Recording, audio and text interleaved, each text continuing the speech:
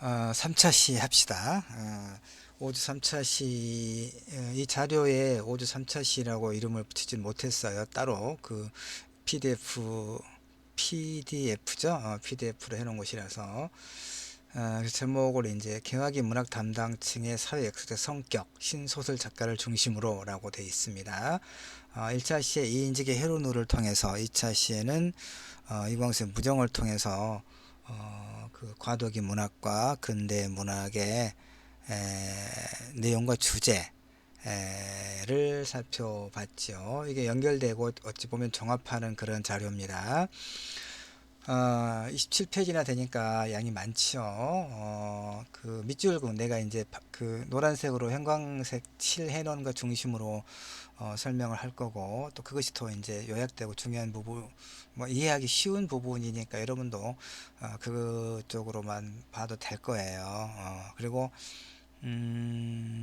출력할 필요 없습니다, 여러분. 출력하지 말고, 분량이 많으니까 출력해서 보지 말고, 내가 하여튼 최대한 친절하게 설명할 거고, 시험을 보면은 이제 우리 교재에서 이해할 수 있는 정도로만 이렇게 여러분이 충분히 준비하고, 그렇게 머리 아프지 않게 해결할 수 있는 내용으로 제시를 할 거니까, 일단 편하게 봅시다. 자, 개화기 문학은 전통사회의 문학이 서양 또는 서구화를 꾀한 문학, 일본 문학 등의 접촉에 의해서 촉발되고 변화를 일으키며 제작 생산된 문학이다.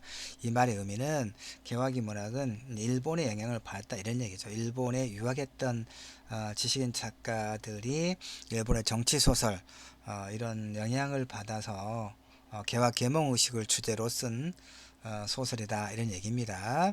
자, 밑에 이 시기 서사문학을 대표하는 신소설의 작가들을 중심으로 이전 시기와 달라진 문학 담당층의 사회 역사 성격을 이제 살피자고 하는 것이 이 이제 글의 목적입니다. 제목에서 말하고 있는 것처럼. 자, 봅시다. 그래서 이제 신소설 작가의 사회 역사 성격을 보면 이제 서구에서 근대 후기, 근대 국가형에 대응하는 정치적 명분으로 민족주의가 나타나고, 그래서 이전 봉건 사회의 타파를 지향하는 근대 국가의 출현은 정치 이념, 가치, 행위 양식으로 민족주의를 자연스레 동반하더라, 이런 얘기입니다. 동반하게 되더라. 그래서 서구에서는 이런 근대 민족주의 발전의 핵심 세력으로 부르주아 계급이 중요한 몫을 담당해요. 근데 이제 우리나라의 경우는 급작스럽게 봉건 체제가 와해되고, 이제 일본 제국주의자들의 식민 통치의 나락으로 떨어져 버렸기 때문에 이 서구적 의미에서 부르주아가, 중산층이 이를테면 형성되기가 어렵지요. 그럼에도 불구하고 정치 사상사적 측면에서는 비록 위로부터의 길이었지만, 이제 위로부터 개화를, 개혁을 말하죠. 갑신정변 같은 거, 위로부터 혁명을 말합니다. 동학농민전쟁 같은 경우는 아래로부터 혁명이라고 개혁이라고 이야기하고요.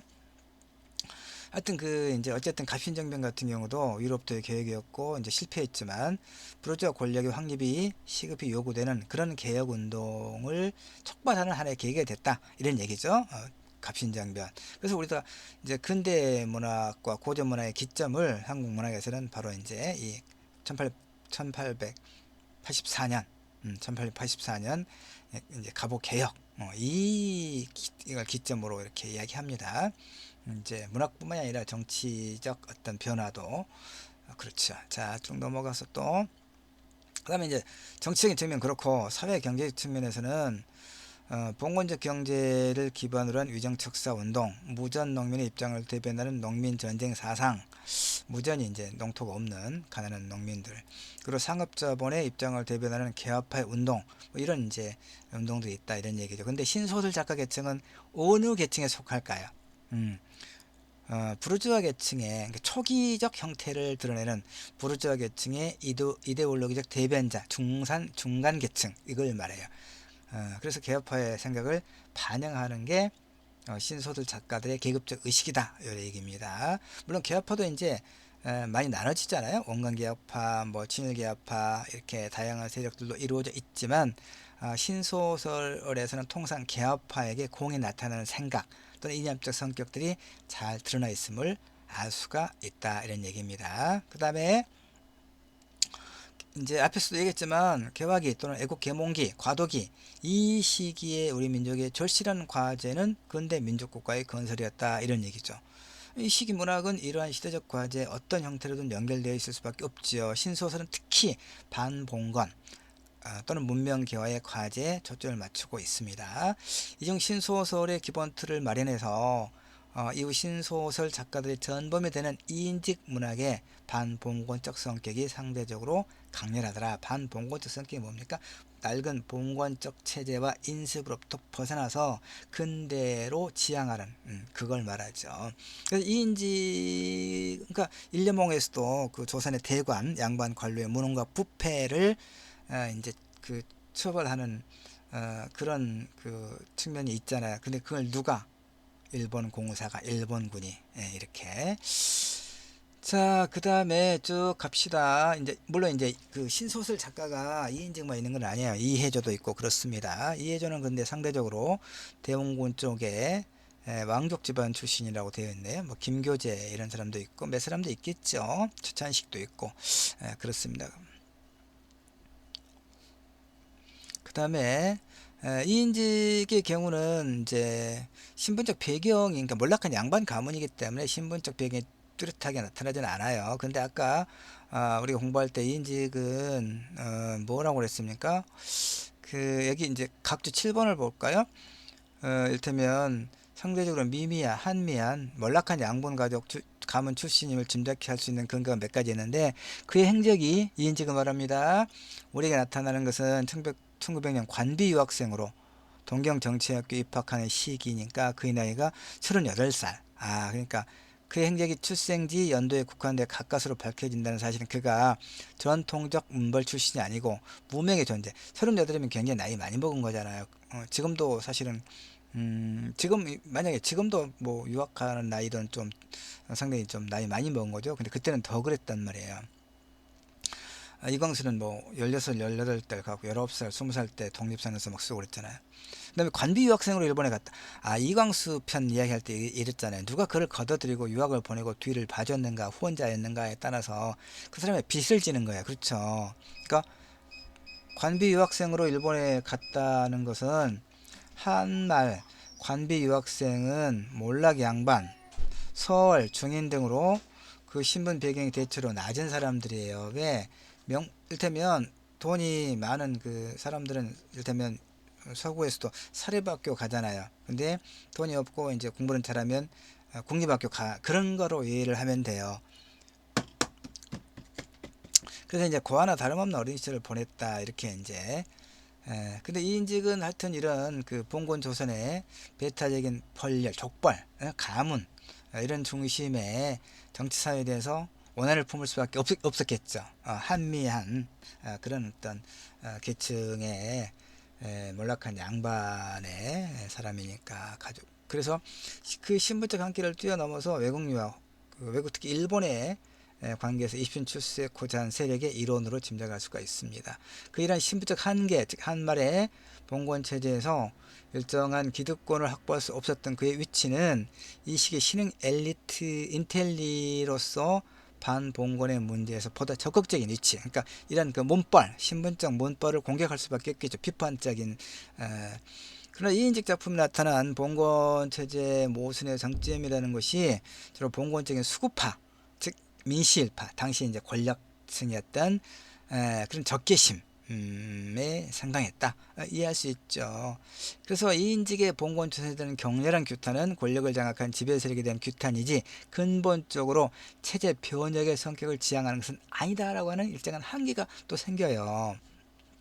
그래서 이인직의 문학에는 표면상 그 반봉건 이런 의식도 있지만 또 양립하고 있는 게 뭐냐면 봉건적 유죄 역시 강력하게 감지할 수 있어요. 가령 그의 양반 관례에 대한 비판은 격렬하죠. 그러나 그를 대신할 개화 인텔리 세력의 형성하는 추상적으로 이루어지는 측면이 있더라 이런 얘기죠. 이인직은 자신이 부정적으로 인식하고 있는 계층을 그릴 때는 자연스럽고 생동감 있는 구어를 잘 구사해요. 구어, 입말, 말들, 생활 언어, 그러니까 리얼리티가 있다 그 말이죠. 근데 자신이 긍정적으로 대하는 인물 계층, 즉 개와 인텔리들을 묘사할 경우에는 좀 추상적으로 그리고 있더라 이런 얘기죠. 예. 관념적으로 그런 얘기입니다. 이제 예문을 보면서 이제 그 서로 어떻게 잘 이제 그 표현되는가를 보고 있으니까 읽어보면 좋겠어. 다시 말해서 정리, 표지, 그의 문학의 평면적 성격은 양반 문화를 거부하는 행동감 있는 구어체 표현을 가능했더라. 그러나 정작 그의 소설의 주체가 되는 개인 인텔리를 형상할 경우 결국은 종래 문어체 소설에서 보이는 안이한 보수적 문체체계로 돌아가더라. 이건 좀 이제 전문적인 그 내용이죠. 그러니까 이 부분은 굳이 그렇구나라고 그냥 충분히 소화하지 못하고 넘어가도 괜찮습니다. 우리는 교양으로서 공부하는 거니까 대학에서. 그래서 그다음에 이제 이해조가 이제 양 왕족 그 집안 출신 이해조 그랬는데 우리가 이제 그 공부의 범위를 좀 넓히지 말고 힘드니까 좀 좁힙시다. 무슨 얘기냐면 이해조 편은 그냥 넘어가자는 얘기입니다. 알겠죠?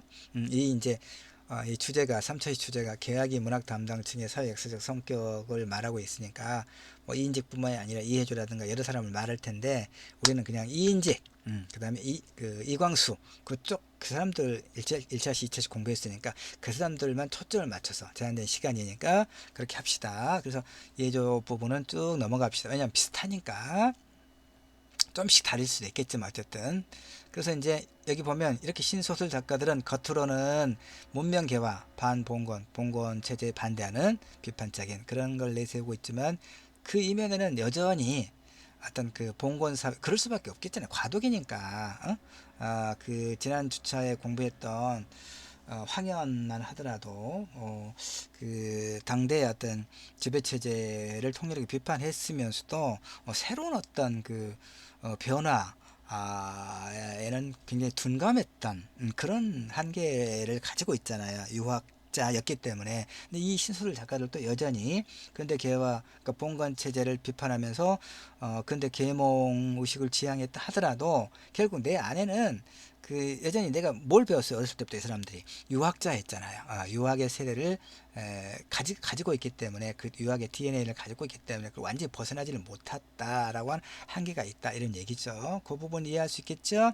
쭉 넘어가서 그래서 이제 그 신소설 작가를 포함한 요 11페이지에 작가를 포함한 개화 인텔리 근대 계몽의 지식인들 역시 봉건 관료 또는 지조 세력과 일정하게 타협할 수밖에 없었고 그들과 일정한 이해관계를 얽혀 있었다 이런 얘기죠.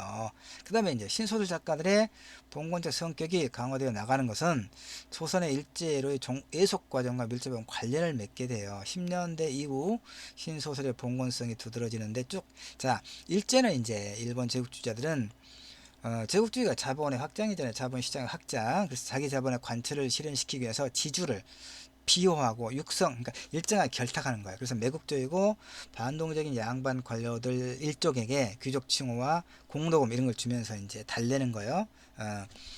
그래서 이제 1910년대는 엄격한 가부장적 봉건제, 전통적인 반상의 유풍, 양반과 상면이라고 하는 그런 유풍 등 전근대적 유습이 그 제도가 존속돼요. 이런 봉건적 유제가 근대적 계급의 생성을 억제하고 시대 변혁을 역행하거나 지연시켰으면 자명하다고 볼 수 있겠잖아요. 그래서 수구 세력과 일제가 야합해서 이야기한 보수 반동 현상은 봉건 체제에 대한 철저한 청산은커녕 전 시대의 봉건적 유제를 고스란히 살아남게 하고 이는 일제 식민지 통치에 유효 적절하게 사용돼요. 왕조의 군주 자리에 누가 대신합니까? 일본 천황이 들어서고 조선 신민은 일본 제국의 신민으로 쉽사리 탈바꿈할 수 있었다는 것이죠. 자, 1910년대 이해조 최찬식 작품에 나타난 봉건적 가치 전범인 정절의 세계, 퇴행성과 복고주의. 정절의 세계는 나중에 우리 그 수업에서 이제 그 우리 교재를 보면 나중에 공부를 합시다. 쭉 후반기쯤 가면은 여기서는 그 챕터는 없네. 뭐 적절하게 또 나중에 이야기할 기회가 있겠습니다. 가부장제 하에서 여성의 어떤 정절을 강요했다는 하는 것이 이제 뭐 청일전쟁에서 그 돌아온 사람들에게 환양년이라고 하는 좋은 글씨를 붙이고 그 다음에 태평전쟁에서는 이제 뭐 위안부 그 다음에 또 한국전쟁에서는 또 그 양공주 이런 그 기호를 통해서 이제 몸을 훼손한, 정제를 훼손한 여자라고 이렇게 도덕적인 비판을 가했다, 이런 맥락입니다. 자, 매판적 이인직 문학에 나타난 봉건제적 모순의 지향을 통한 근대주의의 지향점에서 보이는 가장 뚜렷한 한계가 뭐냐? 매판적 성격. 매판적 성격이 뭡니까? 결국은 식민 지배자들의 경제적 이익에 봉사했다, 이런 얘기죠. 민족 자본의 육성이 아니라 그 식민 지배자들의 착취의 논리에 영합하고, 그게 이제 매판이라고 하는 거야. 매판.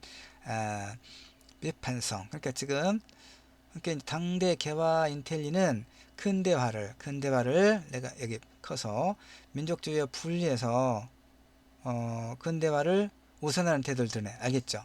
민족주의가 아니라 실제로 민족을 바라볼 때 민족국가로서 독립보다는 그 생존에 더 높은 가치를 부여해요. 일진회가 그랬던 것처럼 독립에 대한 집착 또는 열정보다는 실용적으로 민족의 경제적, 문화적 진보 등의 근대화에 힘쓰는 것을 좀 더 중요하게 생각해요. 이러한 생각은 결국 뭐겠습니까? 독립보다는 근대화를 통한 내부적 자립, 이제 준비론, 알겠죠? 준비론, 민족 개조론, 무장투쟁론과 좀 다른, 그런데 결국은 이제 친일로 귀결되는 그런 흐름이죠. 결정적으로 개합하는 그들의 계급적 이해관계를 대변해 줄 수 있는 국가의 존재에 대한 기대감이 소멸되면서 국가 민족의 소속 의식이 무의미해지는 거죠. 그래서 근대의 제국주의적 세계 질서를 인정하고, 그러니까 식민지 조선 총독부의 그 식민 통치를 용인해 결국 포기하는 거죠. 독립을 포기해요. 그래서 내면적으로 침략 자본주의를 긍정하면서 그 지배를 수용하게 돼요. 근데 이제 특히 신분 상승의 기회가 그전 과거 시기를 통해서보다 더 기존 수구 세력 안에서 완전히 막혀있는 상황에서 돌파구를, 다시 이 말은 무슨 얘기냐면, 황현이 그랬던 것처럼 유학자들이 과거를 통해서 관직에 나아가고 자신의 뜻을 펼칠 수 있고, 그 다음에 경제적으로 이제 밥벌이를 할 수 있는 그런 기회가 완전히 사라지죠. 이제 이 귀족 계급들이 꽉 쥐고 있으니까, 이제 매관 매직을 통해서도 그렇고 문벌의 이해를 통해서 그렇고, 사실 지금도 그렇잖아요.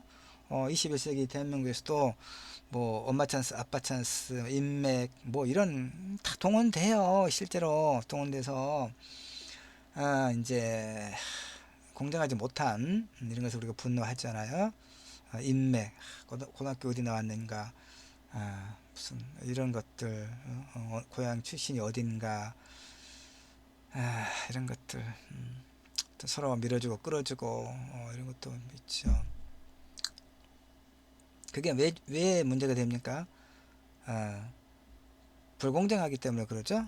개개인이 가지고 있는 어떤 능력이라든가 어떤 가치에 대한 객관적인 판단이 아니라 나하고 친한가 아닌가에 따라서 이렇게 뭐 채용도 그렇고 어떤 중요한 포지션도 그렇고 어떤 권력의 배분도 그렇고 이런 것이, 우리나라만 그런 건 물론 아니지만 이게 바로 이제 봉건적 유제, 우리가 벗어나지 못하고 있는 그런 측면이죠. 자, 다시 이제 그래서 이인직의 작품에 빈번히 나타나는 국가 허무주의, 민족 허무주의, 이런 것이 은세기 같은 경우도 이제 필연적 망국론 뭐 이런 것이 있습니다. 조선이 이렇게 엉망진창인데 망할 수밖에 없다, 이런 얘기죠.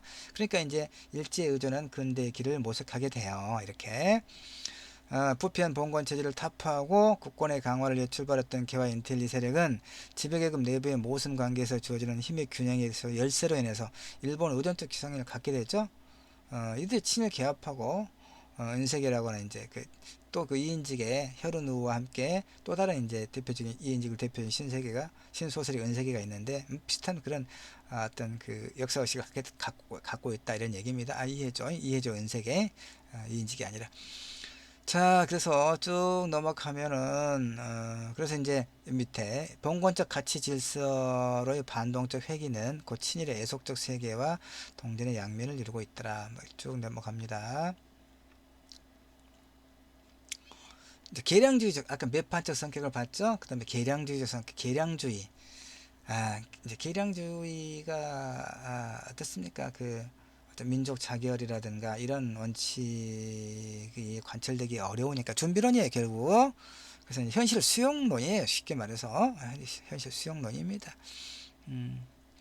쭉 내려가면 이제 뭐 어떤 작품인가요? 여기서 이 작품 송래금이라고 하는 작품이 있네요. 이 작품 내가 잘 모르겠네요. 나 문학 박사라고 다 아는 거 아니죠? 하여튼 이 작품에서는 일본 제국주의의 경제 침투에 대한 의식은 전혀 찾아볼 수 없더라, 이런 얘기죠. 그러니까 식민 지배의 그런 제국주의 침략 양상에 대해서는 비판하지 않고 있더라, 뭐 이런 얘기. 쭉 넘어가서, 그래서 신소설에서는 상업자본의 모습이 미미하게 나타날 뿐만 아니라 그 형상화 이루어지더라도 개와 양반의 보조 역할을 하는데 그친다거나 양반의 윤리, 반상의 질서를 훼손하는 부정적인 계층으로 그려지고 있더라. 대내적으로, 그러니까 봉건 경제가 압도적인 상황에서 또 대외적으로는 외국 자본의 극심한 침투 아래 부르주아 계급이 얼마나 허약한 실체였는지를 확인해 준다, 이런 얘기고, 당시 개화 인텔리들이 개진하고 있는 민족운동 또는 사회운동은 사실은 구체적인 물적 토대가 결여된 상태에서, 자, 이게 뭐냐면 이제 민주주의가 발전하기 위해서는 어떤 물적 토대가 필요해. 사실은 뭐냐면, 민주주의라고 하는 것은, 민주주의가 뭡니까? 권력이 백성에게서 나온다는 거 아니에요. 그럼 백성 개개인에서 권력이 나오려면 백성이 의식화가 돼야 되겠죠. 뭔가 알아야 된다는 얘기예요. 곧 우리 뭐 총선거, 4월 15일 국회의원 총선거인데 어느 당이 누구를 지지할 것인가를 선택하려면 알아야 되죠. 알아야 되는 거 아닙니까? 그게 개화고 계몽 의식인데, 바로 이제 알려면 공부해야 되죠. 공부하려면 뭐가 돈이 필요하잖아요. 바로 그거예요. 그러니까 물적 토대, 즉 일테면 그 자본주의가 좀 발전하고 그런 어떤 물적 토대를 통해서 이제 많은 사람들이 교육의 기회를 좀 갖게 되고, 그래서 공부를 하고, 그래서 무엇이 옳고 그른가를 판단할 수 있을 때, 그 지배체제의 논리를 그대로 수용하는 게 아니라 그것의 모순을 찾아내서 비판할 수 있게 될 때 비로소 서민의식이 형성되고 민주주의가 점점 발전해 가는 거예요. 그렇잖아요? 근데 이때는 뭐 이 저 자본주의 체제, 이 부르주아가 없고, 부르주아 중산층이 형성되기 이전에 나라가 망해버렸잖아요. 그러니까 이제 바로 이거예요. 그 개화 인텔리들이 개진하고 있는 민족운동 또는 사회운동은 구체적인 물적 토대가 결여된 상태에서 관념적 계량주의 성격을 갖을 수밖에 없어요. 그러니까 결국 뭐냐면 풍속 계량, 도덕 계량. 이게 뭐야? 민족 개조론, 이제 안창호의, 이광수의 도덕 계량, 풍소의 계량. 그러니까 이거 나라가 망했는데 나라를 되찾을 생각은 하지 않고 찾을 수도 없고, 그러니까 이거 이제 봉건 타파하고 뭐 자유연애 하고, 뭐 이제 이런 인성 개조, 이런 것들 계속 이야기하게 되는 거죠. 퇴행하는 거죠. 퇴행. 그래서 이 시기 개혁파들은 서양을, 그러니까 아주 이제 지고지선은, 그러니까 배워야 될 그런 나라로 인식하고, 그러니까 서양은 또 뭡니까? 기독교 일치시키는 거죠.